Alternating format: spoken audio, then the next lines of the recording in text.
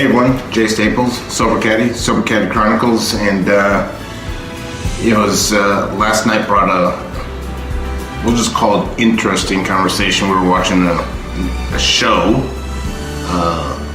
called 60 Days In, where people are volunteering and going into jail for 60 days to kind of go undercover and find out what's wrong with the jail system. And it hit home for me. I was watching it with a buddy, and we were talking both in long-term recovery about I've been fortunate to speak at jails, carrying the message. I sat in a courtroom on the other side to support someone going in front of the judge. I've been a defendant sitting in that chair, going in front of the judge. I've sat in some waiting cells or something in the jails. I've been in general population pods or cells or something like that, and it's just you watch this show and it's who would volunteer to do this, and we had a sense that our addictions was putting us in jail. And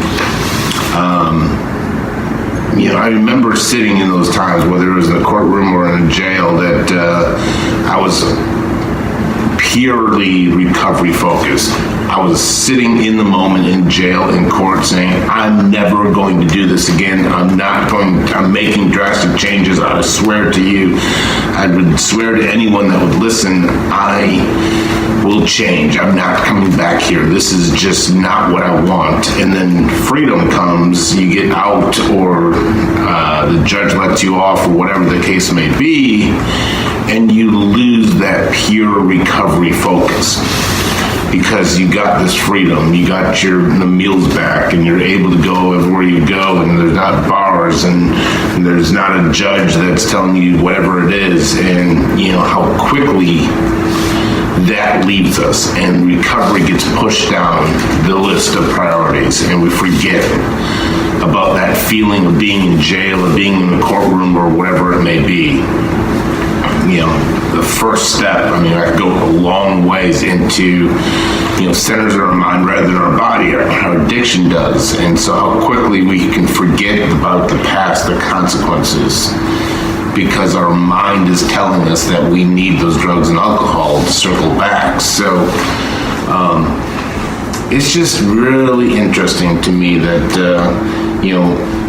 I remember sitting in jails and courts and wherever it is, and been on the other side of it, and talking to judges and people to try to get someone out of jail and into treatment, because we believe treatment is the best form of recovery rather than jails.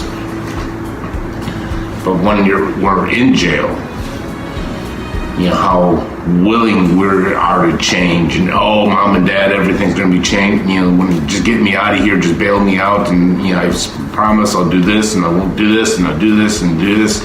We get out as addicts and alcoholics, and that pure 100% recovery focus, I believe we meant down to our core when we were saying it, because we were in that position, instantly gets pushed down, and we started talking about relationships and jobs and success and self-esteem and how others see us and stuff like that, or pride.